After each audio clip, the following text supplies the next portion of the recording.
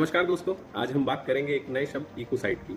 Ecocide का अर्थ होता है नरसंहार या पर्यावरण हत्या। ये शब्द चर्चा में क्यों आया? इसके पीछे दक्षिण लेबनान और गाजा पट्टी में इजराइल के जो सैन्य अभियान हुए हैं वो एक बड़ा कारण है। ईरान द्वारा तेहरान में ईंधन डिपो पर हमलों के बाद इस प्रकार की जो चिंताएं व्यक्त की गई अंतर्राष्ट्रीय स्तर पर, वो इस घटना को इकोसाइड से जोड़ती है और इसे एक अंतर्राष्ट्रीय अपराध के रूप में मान्यता देने की मांग को और तीव्र कर देती है। इस घटना ने युद्ध और शांति काल के दौरान बड़े पैमाने पर पर्यावरण विनाश को संबोधित करने में रोम के कानून जैसे मौजूदा अंतर्राष्ट्रीय कानूनों पर भी चर्चा को और उजागर कर दिया है।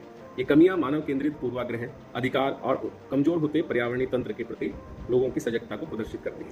आइए अब हम बात करते हैं इकोसाइड है क्या। इकोसाइड का अर्थ है अपने घर को मारना, यानी कि यह पारिस्थितिक तंत्रों और प्राकृतिक पर्यावरण में एक बड़े विनाश या उसके क्षरण विध्वंस को संदर्भित करता है, चाहे वह मानवीय क्रियाओं या अन्य कारणों से हुआ हो या इतना अधिक के निवासियों द्वारा उसका शांतिपूर्ण उपयोग गंभीर रूप से कम हो गया हो। ये शब्द 1970 में येल विश्वविद्यालय के वनस्पति जीव विज्ञानी प्रोफेसर आर्थर डब्ल्यू गैल्स्टर के द्वारा प्रयोग में लाया गया।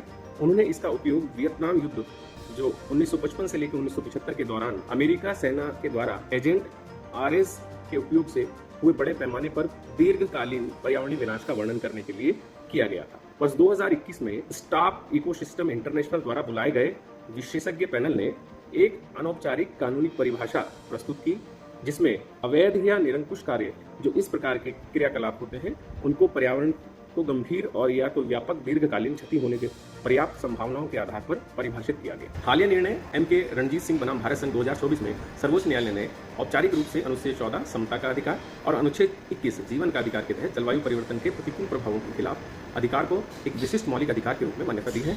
हालांकि इसने इकोसाइड को अपराध नहीं बनाया, लेकिन इसने संवैधानिक आधार तैयार किया है जो अंततः राज्य या कॉर्पोरेट कार्यों को दंडित करने के लिए आवश्यक है, जो एक बड़े पैमाने पर पारिस्थितिक पतन का एक कारण। आज इतना ही, कल फिर किसी नए टॉपिक के साथ आप लोगों से मुलाकात होगी। धन्यवाद।